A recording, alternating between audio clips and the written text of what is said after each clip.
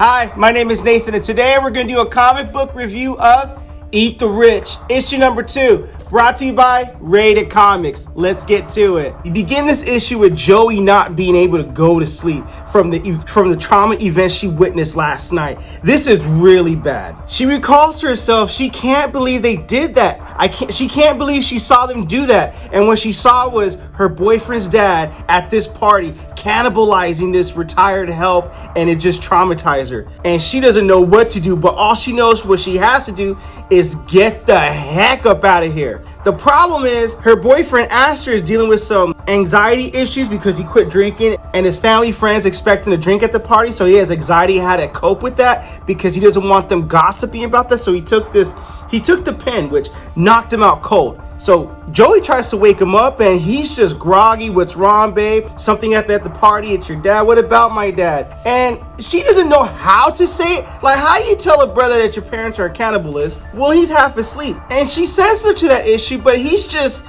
not in the right frame of mind to receive it. So he's just like, let's go back to bed. I'll be able to understand tomorrow. It's okay. I love you, babe. He goes back to bed.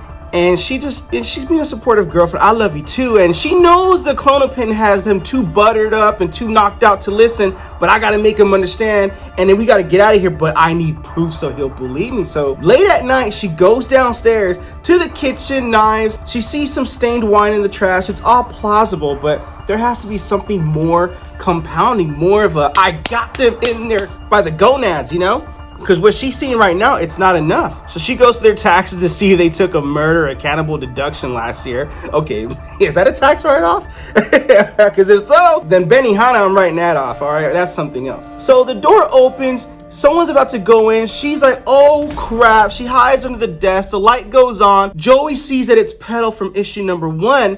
Petal says the word jeepers because she doesn't want to swear in front of the kid. And naturally, she's like, well, what are you doing here? Are you snooping around? Are you stealing? She's like, well, no, I'm not stealing. I'm just snooping. And then Petal's like, what are you looking at? But her demeanor's like, I know you saw something. And she tells her, I thought you might need someone to talk to about what you saw the other night. So talk to me, Goose. And then she was like, well, they're cannibals. They're going to eat you. They're going to kill you.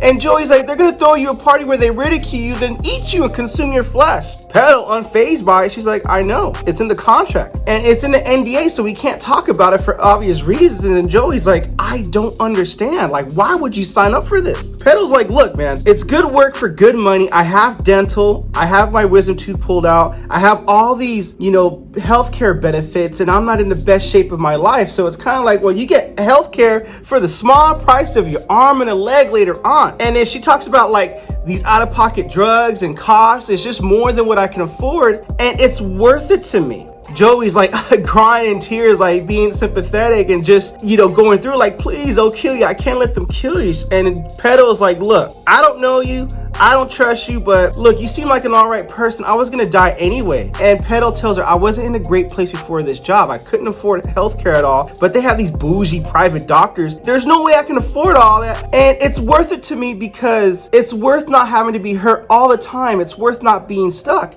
And then Joey's like, well, what about the old man at the party? Well, Toby, that's the guy who retired, the Rockweathers, paid for his grandson's chemo. They wouldn't have done it if he didn't agree tonight. So in other words, these people agree to do this because they're sick or they have crushing debts or they have kids they want to send off to college. And the brother that got ate up at the party last night that Joey horrifically witnessed, if he hadn't signed the contract with the retirement clause in it, they wouldn't have done it at all, and his son or his grandson's chemo would have never been paid for. This is how the world works, Joey. Sorry you had to find out in a crappy way. So Joey's like, oh man, Jesus.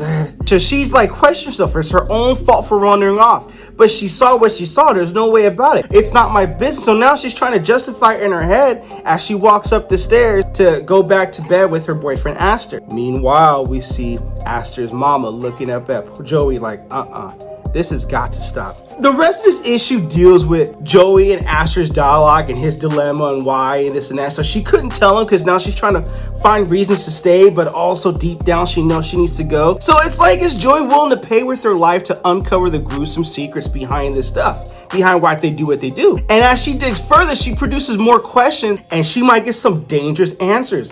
So I got to leave a little meat on the bone with this issue here in case you guys did decide to buy the book. Link in description, by the way. But it does end with the ultimate cliffhanger. In my opinion, Eat the Rich issue number 2 is not as exciting of an issue as its predecessor, but it makes up for with searing and saddening relevant satire. And in my opinion, this is going to shape up to be a damn good comic. And if this comic or this issue continues the way it's going to go, I will be reviewing issue number 3, 4, and 5, the complete series.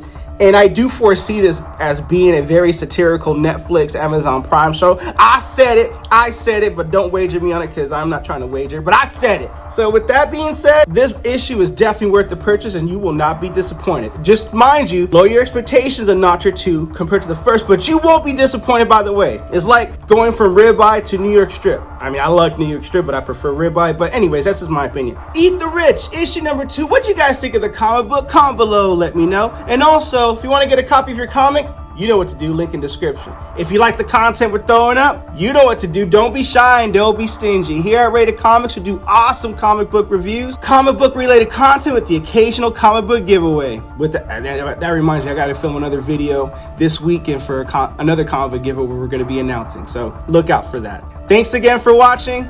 Until next time.